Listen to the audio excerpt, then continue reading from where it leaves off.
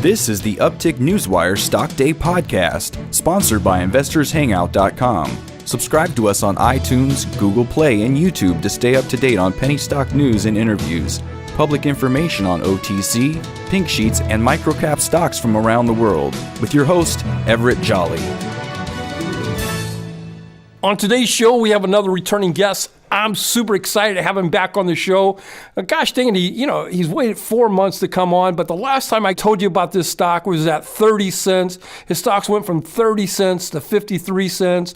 They're crushing it on the revenue side, and we wanted him to come on the show, give us an update what's going on. We're talking about American Cryostem Corp. They trade on the OTC markets, ticker symbol CRYO, and with us today is the Chief Operating Officer, Tony Dudzinski. Tony, welcome to the show. Thank you for having me on again. I really appreciate it. You know, your company maintains a strategic portfolio of intellectual property and patent applications that kind of form its adipose tissue, which people get to use their own tissue. Just bring us up to speed of what you guys have been doing the last 4 or 5 months. Well, we've begun to license out our individual products to corporate manufacturers, global distributors and manufacturers to support our growing pipeline of not only new products and uses of adipose tissue-derived cells, but also to expand our international development of our licensees who, while on the same system as ours, would be able to deliver treatments essentially to any patient in any affiliate in any country. How can an individual participate in regenerative medicine? Well, regenerative medicine is a very broad topic, but specifically what we talk about regenerative medicine, what we talk about is the ability to use your own cells and tissues to heal yourself or to improve yourself based upon some cosmetic procedures that are done with tissue. But more importantly, it's about the cellular therapies that are on the horizon. And, we believe that the FDA is moving forward finally to put some legislation around this or put some regulation around this so that people will have free access to being able to do regenerative therapies on themselves with their own tissues through a qualified physician. Now, you guys have your own intellectual property and you have patent applications pending, or bring us up to speed on those. Well, we have a total of 17 patents, 2 of which have already been issued on our defined media to culture cells, which contains no xenomorphic or foreign animal products. This is very important when you talk about trying to bring a product through the FDA and get it approved. When it has xenomorphic products in it, it's much more difficult. But in addition to that, we've created a patent structure across our entire platform, which includes our collect, process, and store platform, which is really the way everybody can get into this program. It's just a little bit of fat, less than 4 ounces. It's a quick procedure at a cosmetic or plastic surgeon's office. It takes about 20 to 25 minutes to do. And then you could put your tissue in our cryo-storage bank. And we've developed non-chemical or non-toxic materials to use when we process these cells so that they would be more acceptable for regulatory approval, but also so that they have many less side effects that may be associated with older products that still contain some chemical additives that will create a reaction. So this is the way that we have been moving forward with our patent portfolio, to patent the entire process from the beginning when the patient is at the doctor's office and having their tissue collected. We've patented the box and methodology for that, all the way through processing, cellular expansion, which is our medias, which have been licensed out for manufacture to PepperTech, a global distributor that's been announced, and also to ultimately cover the delivery technology of having cells delivered back to a physician. We are working on some breakthrough technologies which are about sending cells the same way you send any other drug to a doctor, where he can just receive it and use it without having to do anything, to prepare it or get it ready for the patient to come in. That's amazing. My guest today is Tony Dudzinski. He is the Chief Operating Officer of American Cryostem. They trade on the OTC markets, ticker symbol CRYO. When I had you on the show 4 months ago, I told everybody that you were undervalued at 30 cents. Your stock now is trading at 53. In 2015, correct me if my numbers are wrong, in 2015, you guys did $298,000 in revenue, $593,000 in 2016. But I want to talk about the last 2 quarters of 2017. You guys are doing $750,000 in revenue already this year. And what I see, you guys have a lot of affiliates in Hong Kong and Japan. Tell us about your international business and where did these revenues come from? Did they come from international or domestic? Well, the revenues are actually growth in both areas. Most significantly, growth in the U.S. market with individuals storing tissue and getting ready to have regenerative procedures performed. There's a lot of international work to be done, and we've licensed to Hong Kong and to Tokyo. And in this respect, what the model is that the international licensee will use our technology and buy our consumables, so it's a revenue-generating approach. And it also, again, aligns the platforms.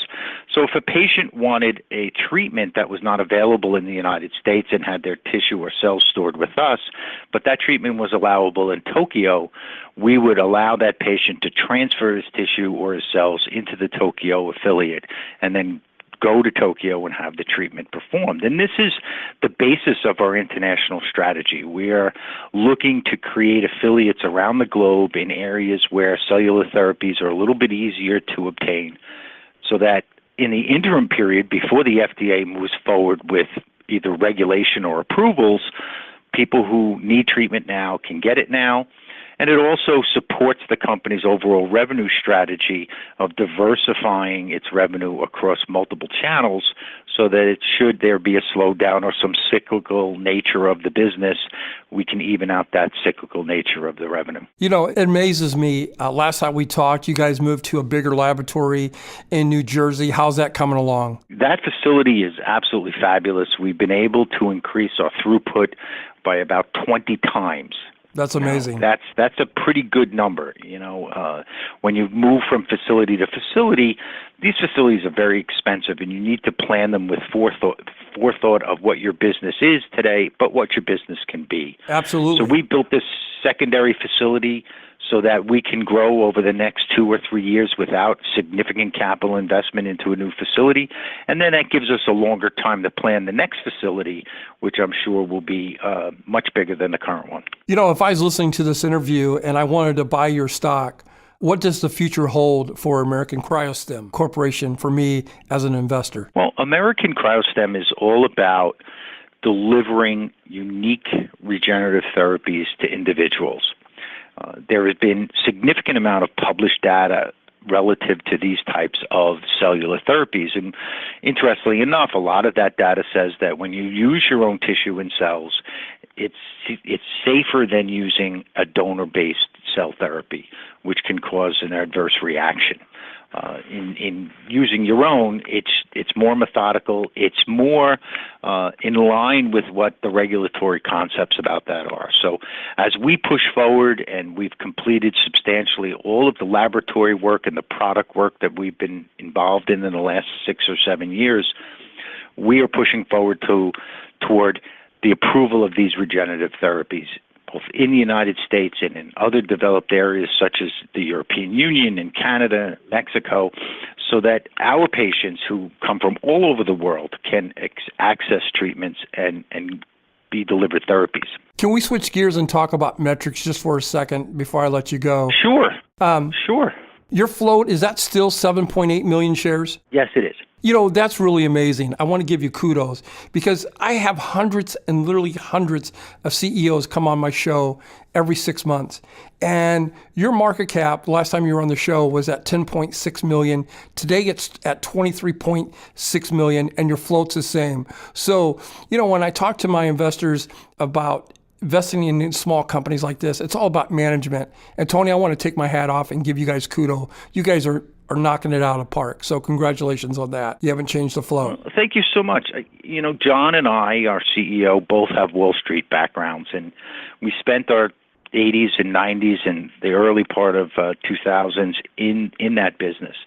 And what you recognize there is that it may be a little bit more painful to keep your float down and keep your business running lean and mean. But in order to survive and in order to get to the next level, we've recognized that early. So we run a very tight ship. We watch all the nickels that come in and go out. And we are doing this in preparation ultimately to have a larger financing down the road. This is kind of the overall strategy. You just move up and keep the float stable and keep the capitalization stable so that the value increases as your shares move up.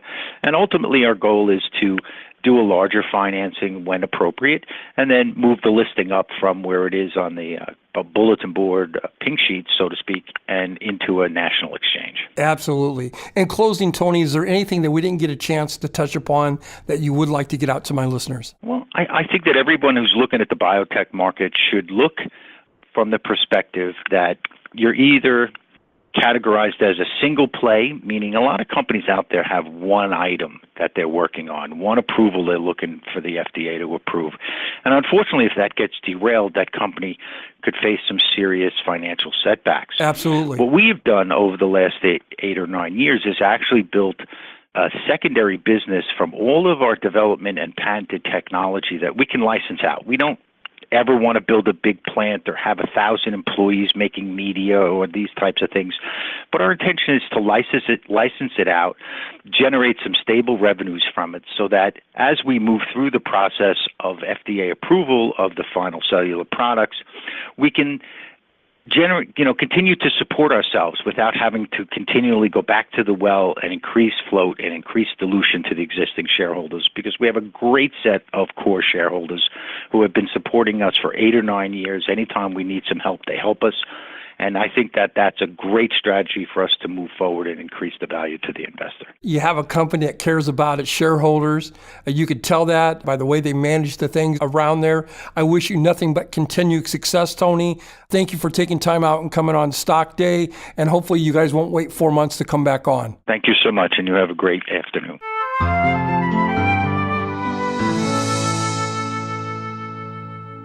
This program is entirely sponsored and produced by Uptick Newswire, LLC, which is responsible for the content. The opinions and information provided on this program are those of the guests and those of the respective companies they represent, and do not necessarily reflect those of the staff or management of Uptick Newswire.